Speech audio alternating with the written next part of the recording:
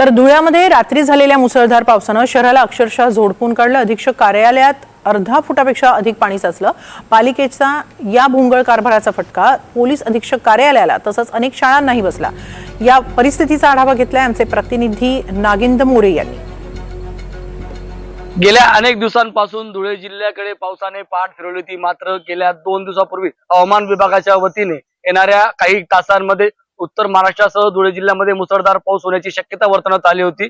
आणि त्यानंतर आता आपण जर पाहिलं तर कालपासूनच धुळे शहरामध्ये दमदार अशी पावसाने हजेरी लावली होती।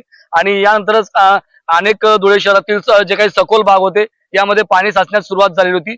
सध्या आपण धुळे शहरातील पोलीस अधीक्षक कार्यालयात आहे आणि आपण पाहू शकतो की या ठिकाणी पोलीस अधीक्षक कार्यालयाच्या चहूबाजूने मोठ्या प्रमाणात पाणी साचल्याचं चित्र आपल्याला पाहायला मिळत आहे।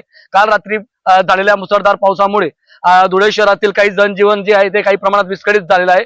तसंच धुळे शहरातील अनेक जे काही नदी असेल, नाले असेल, या संपूर्ण परिसरामध्ये मोठ्या प्रमाणात पाणी साचायला सुरुवात झालेली होती। महानगरपालिकेच्या वतीने कुठेतरी नाले सफाईचा या ठिकाणी जो काही दावा केला होता तो आता कुठेतरी फोल ठरत आहे, असंच चित्र सध्या धुळे शहरात बघायला मिळत आहे। आपण जर पाहिलं तर धुळे शहरातील अनेक महाविद्यालय असतील, शासकीय कार्यालय असतील, या इतर भागांमध्ये आता मोठ्या प्रमाणात पाणी साचल्याचे चित्र आपल्याला बघायला मिळत आहे। काल रात्री झालेल्या मुसळधार पावसामुळे आणि अनेक भागांमध्ये रात्री या ठिकाणी वीज पुरवठा खंडित झालेला आहे, तो अद्यापपर्यंत पूर्ववत झालेला नसल्याचं देखील चित्र बघायला मिळत आहे। त्यामुळे येणाऱ्या अजून काही तासांमध्ये अधिक मुसळधार पाऊस पडण्याची शक्यता देखील हवामान विभागाच्या वतीने वर्तवण्यात आली आहे।